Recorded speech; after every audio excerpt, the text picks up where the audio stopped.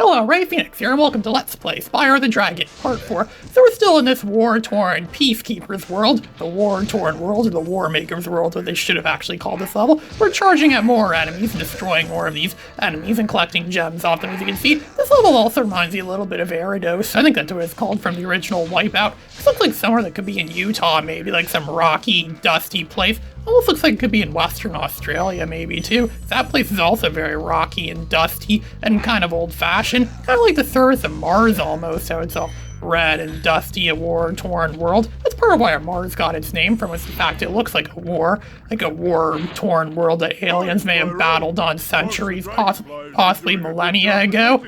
So we're just going to rescue some more dragons we have here, and then we're going to, of course, go for some more of these levels. We're not going to spend a whole video just waltzing around this world. This world isn't really that big. It's bigger than the Artisan's world. It's not as big as some of the other worlds we'll come across later. These things are also kind of weird. We only really see them in this one game. We just flame them or charge into them and shoot the gem in the air and you can capture it.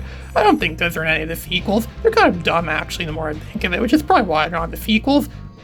So we could take on the boss. His name is Dr. Shemp. Yeah, just like Shemp Howard from the Three Stooges. And I think he was one of the Three Stooges, actually, because, well, this boss very well seems like a boss that would have been made by the Three Stooges. I'm pretty sure there's the Three Stooges has something to do with this level. And that's actually more proof of that is that this level is called Dr. Shemp. I wonder how Shemp got a doctorate degree anyways.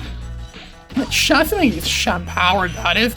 And he even has like a similar hairstyle to Mo Howard. Mo Howard's hairstyle is very famous, so people often refer to it as a Mo Howard. And then someone would say something like, why do they call it Howard? What's with the Howard part? Well, that's his name, Mo Howard. We always refer to him as Mo a lot of time, but it's really Mo Howard. There's actually a character in 2, I think it was 2 Extreme or 1 Extreme. There actually is a character in that game that's seriously named Mo Howard. And whenever I play that game, I can't ever help but to just make Three Stooges jokes while I play that level. Yeah, wise guy, eh? And then they go and hit a wrench. They should have weapons in that game. You could have a wrench or something like that, or a hammer or something like that, and could smack people with it, and it would just do nothing to them, because the Three Stooges get beat up all the time. Their skulls should be deformed, but they're not. There's some, like the Three Stooges are obviously some sort of superhero being, or some sort of, like, extreme super being if they could get smacked in the head so many times, and they don't even seem to be, whacked out of place. I don't know, maybe it's cartoon logic or something like that. Like, because Three Stooges kind of is like a live-action cartoon. They probably aired those in movie theaters back in the 1930s and 1940s, in the same kind of place they'd air cartoons. I guess they're trying to make it fine or stuff like that.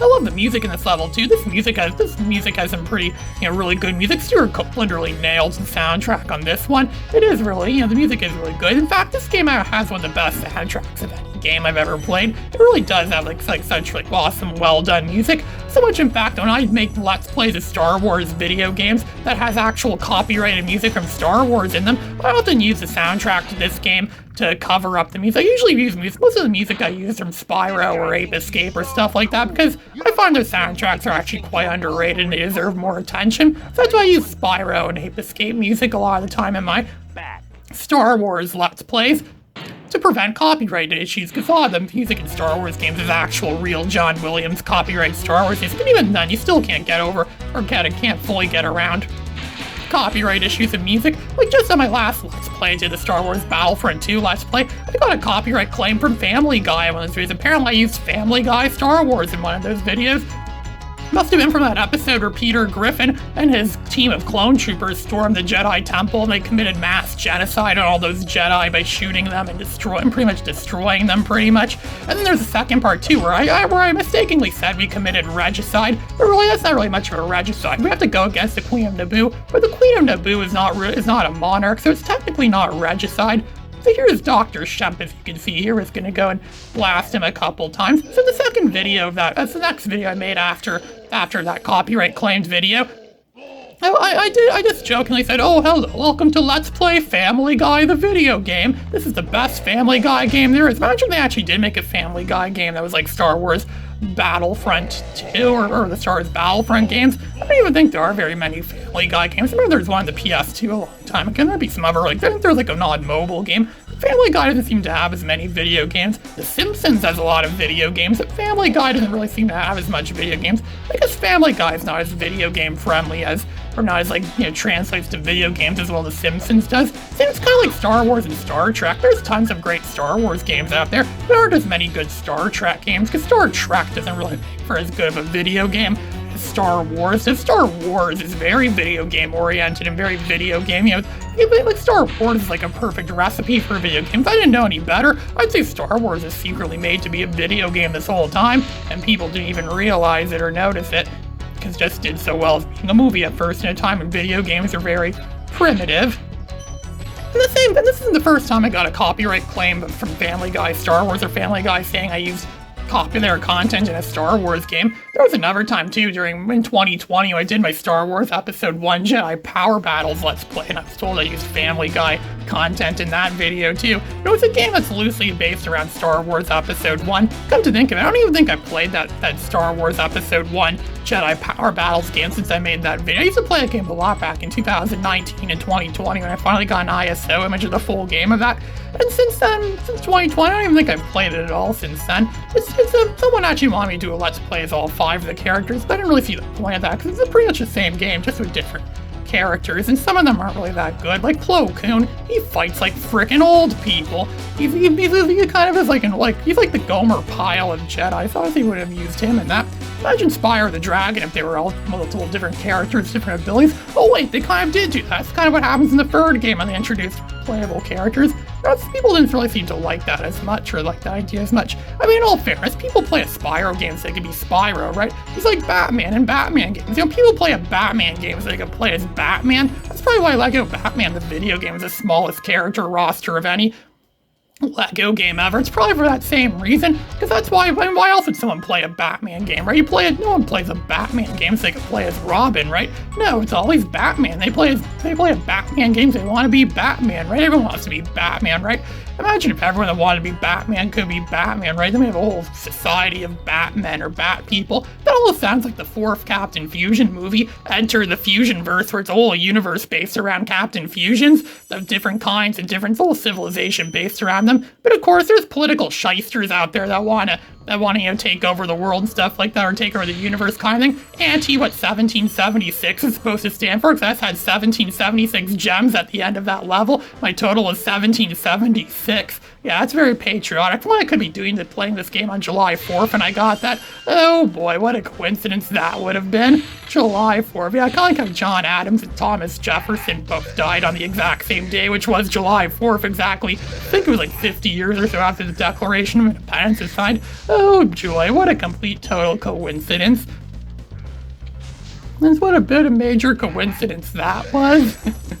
This I do a lot of grinding in this game, but not an awful lot, because this actually is the easiest of the Spyro games. It's really easy to get new lives in this game and get 1-ups in this game. I used to do a lot of, I think one of the games I've ever grinded the most, and it's probably the original Rayman, because the original Rayman is hard as hell. I wanted to play the game legitimately, but I found out it's kind of impossible to play and beat the original Rayman legitimately, so I'm going to soon resort to using cheats, obviously, passwords, obviously. That's the only way I could beat the game. Then after 11 years, I could say, yeah, I finally beat the original Rayman. It's probably the original Rayman is probably the game I've played more times than any other game ever that I've never beat. Some people ask me, oh, are there any video games you've never beat before? Yeah, that's like asking the Democratic Party of the United States if they've ever lost an election before.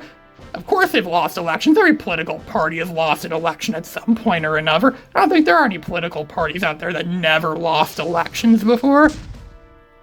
Use this cannon here to break open these crates, these large containers, which contain gems, obviously. What else do they contain? And look at that, there's a huge Target right there. The Target logo is just conveniently slapped right there. Speaking of Target, I found a DVD I bought at Target a very long time ago, back in 2015. It was a factory-sealed copy of the amazing Spider-Man 2, and I just realized that I've had this for like 9 years, and I still haven't opened it yet or watched it. It's still the original wrapper, and the other day I noticed the wrapper on it is starting to biodegrade. It's starting to break off. It's covered with dust and dirt and grime from sitting on my shelf, for my DVD shelf for so long, that I can easily clean out the DVD just simply by removing the wrapper.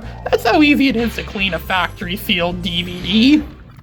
I kind of did like this Amazing Spider-Man movies. I know a lot of people like to crap on those movies a lot of the time, simply because, it's not Tobey Maguire's Spider-Man, and I'll agree, Tobey Maguire was a better Spider-Man overall, and there should, I just like most fans of his, I think that they should have just made a fourth movie in that series rather than just make a completely new series of a completely new Spider-Man. It's still not bad though, it's not what the fans wanted, and sometimes if something is not what the fans wanted, it can be the greatest thing ever, and they will still crap on it because it's not what they want.